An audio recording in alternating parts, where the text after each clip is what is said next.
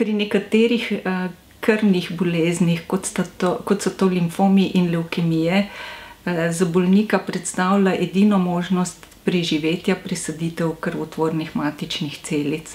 Izvor teh je lahko sorodnik, navadno sorojenec, vendar le v 25% primerov lahko najdemo znotraj družine primernega darovalca. V vseh ostalih primerih pa poskušamo darovalca najti med nesorodniki v slovenskem, kasneje pa v svetovnem registru darovalcev krvotvornih matičnih celic. Slovenski register mora obstajati, da bi naši bolniki sploh dobili možnost pridobiti darovalca iz svetovnega registra, ker med registri obstaja načelo vzajemnosti.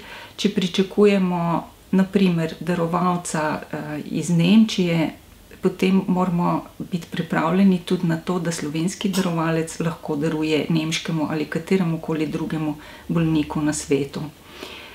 Zakaj ni dovolj, da ima register trenutno 30 milijonov darovalcev in želimo svojim bolnikom ponuditi še več slovenskih darovalcev? Slovenska populacija je genetsko precej homogena in je tako za slovenskega bolnika darovalca najlažje najti ravno v lastni populaciji.